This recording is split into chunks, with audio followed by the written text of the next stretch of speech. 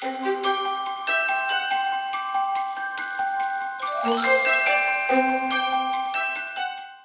Fonetti is focused on children enjoying reading out loud for themselves, we've invited two young Fonetti fans to read the winning story from our Young Authors Competition. The story is called In Your Hands by Georgia Taylor, who is 11 years old.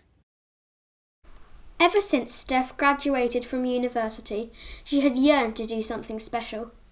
Something that would make people remember her. Maybe, in 100 years, there would be a huge statue of her outside St. Thomas's Hospital with the plaque underneath that says, "A memorial of Steph Sully, the nurse who invented life-changing cancer treatment," or Steph Sully, the saviour of humanity.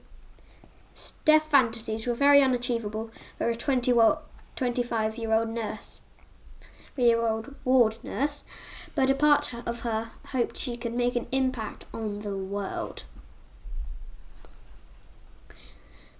The alarm shrieked in her ear. The clock face flashed 5:30 a.m. How could she have overslept? After tumbling out of bed and spraying some deodorant in the vague direction of her armpits, she threw on her uniform, grabbed her bag and flew out the door. Her feet navigated the streets of London, avoiding horn-beeping cars and surly commuters until she finally found her way to the nearest corner shop. After picking up a yogurt and granola breakfast pot in an attempt to try and be healthier, she sighed and shoved it back on the shelf and made a steal for cling film wrapped bacon bap. Rushing to pay, she found herself faced with a checkout man who seemed to be moving in slow motion. No amount of foot tapping or desperate stares would hurry him up. As soon as she had scanned her item, she grasped the bag and left the money in the counter. She was off! Her disjointed yet fast walk propelled her through London, whilst she ripped through hunks of bacon with her teeth. Wheeling through the hospital door, she murmured to her colleagues whilst trying to subtly hide the ketchup smeared across her left cheek. She plonked herself down on an office chair at the nurse's station and punched the air. 3 minutes to spare. Her patient list for the day lay in front of her. Let's see who it is. To her surprise, only one name was listed. Earth. No history, no extra notes, just Earth. How odd! Whispering and gasps started to float down the ward. A nurse shouted, "Get out of the way!"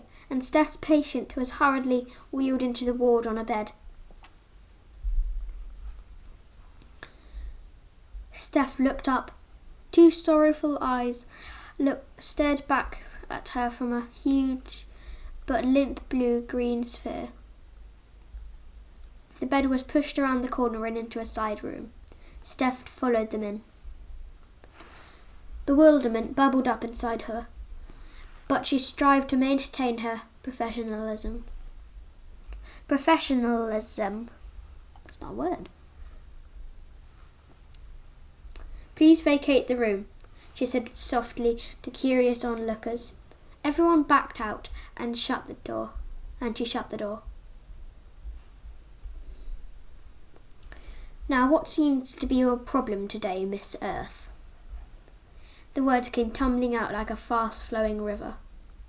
The Earth told of her illness, constant fatigue, raging fevers, coughing and feeling like parts of her were dying. She looked so sad and forlorn. Steph was determined to help and commenced her examinations.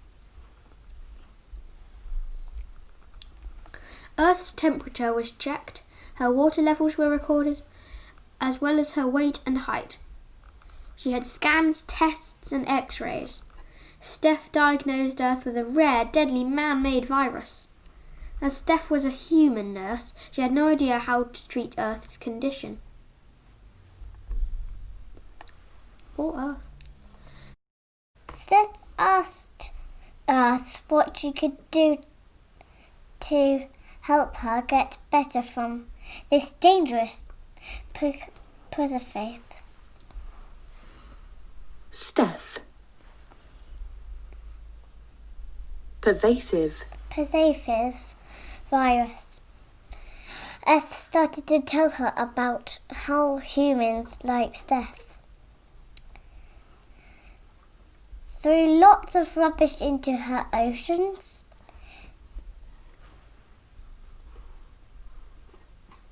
stripped her land of nourishing greenery and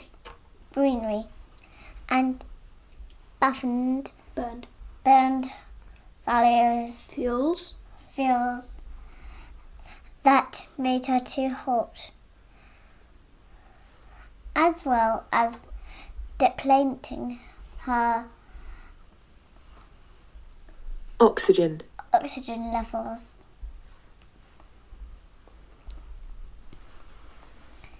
High numbers of humans had destroyed many of her natural habitats and have killed or eaten so many animals. Steph thought back to her bacon sandwich and vowed she would never eat one again. She looked at Earth and felt a sense of guilt. It's our selfish and destructive actions that have made you so vulnerable to catching this virus. Steph listened to Earth's words and wishes. On her lunch break, she ate a salad from the canteen and recycled the plastic container. She didn't want it to end up in the ocean. After she had eaten, she relied on other nurses, doctors and patients. Spreading Earth's message became her duty. Encouraging everyone to do more revived the poorly planet. After spending the afternoon with Earth, Steph told her to stay overnight so she could check back on her tomorrow. Steph wandered home. What a strange day it had been. She unlocked her front door and flopped on the sofa, turning on the TV. The news on. She saw her own smiling face on the screen and realised Earth's message had gone global. People everywhere were turning vegan and ditching plastic to help the Earth recover. She had done something good. Steph had saved Earth.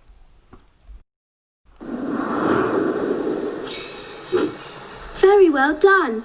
You have 3 gold stars. You turned all the words green and now they are in my tummy. Yummy! We hope you enjoyed the story. And have a happy weekend. And a new year.